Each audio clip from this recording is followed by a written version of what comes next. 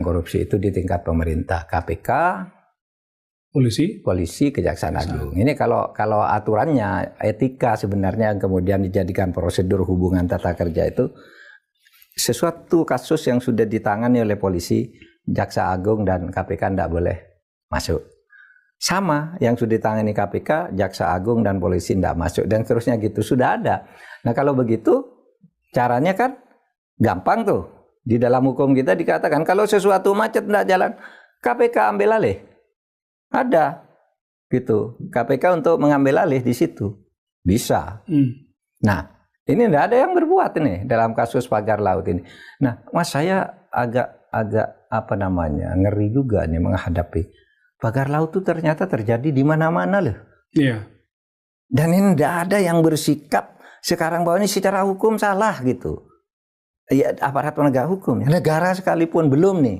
Coba. Sehingga yang lain itu semua bisa diproses secara hukum ya, kasus-kasus yang muncul belakangan ya. Iya. Nah kalau begitu ya apa ya terus negara ini mau dikorbankan hanya karena orang terlanjur berkoalisi atau takut atau karena orang berhutang budi atau apa?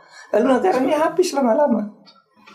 Dikuasai oleh mereka-mereka yang jahat terhadap negara ini hanya karena tamak kemaru terhadap kekayaan ekonomi kita.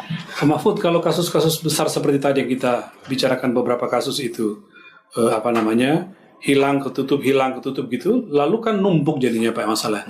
Bagaimana akhirnya penyelesaiannya kalau kemudian semua ini ditutupi untuk menghilangkan kasus yang lain itu yang lagi dibicarakan? Nah ini yang menurut saya berbahaya karena suatu saat tumpukan kasus ini akan menjadi seperti penyakit yang mematikan bagi tubuh. Anda punya penyakit, diobati sebentar, ditutup dengan ini, akhirnya akan meledak tuh penyakit. Tidak akan bisa menyelamatkan tubuh Anda, akan membunuh tubuh Anda. Sama negara begitu. Kalau ini kejahatan ditumpuk, ditutup dengan kejahatan lain, ditutup dengan sampai akhirnya akan tidak menampung ini. Tidak akan muat menampung.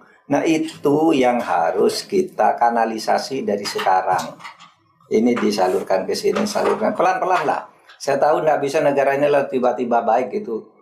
Nggak mungkin, sudah buruk kayak ini. Tapi kalau ada niat baik, mari pelan-pelan. Mulai dari mana? Nih, dari sini. Nih, dari sini. Terus sampai akhirnya negara ini mulai tumbuh lagi, sembuh lagi secara pelan-pelan. Kalau dibiarkan kayak sekarang, kejahatan ditutup dengan kejahatan, dibelokkan dengan ini kayak domino kan, tutup ini, tutup ini, tutup ini. Lalu habis numpuk. Dinumpuk Pak. Saya nggak membayangkan seperti apa nanti. Itu yang saya sebut domino kejahatan. Ini sedang terjadi.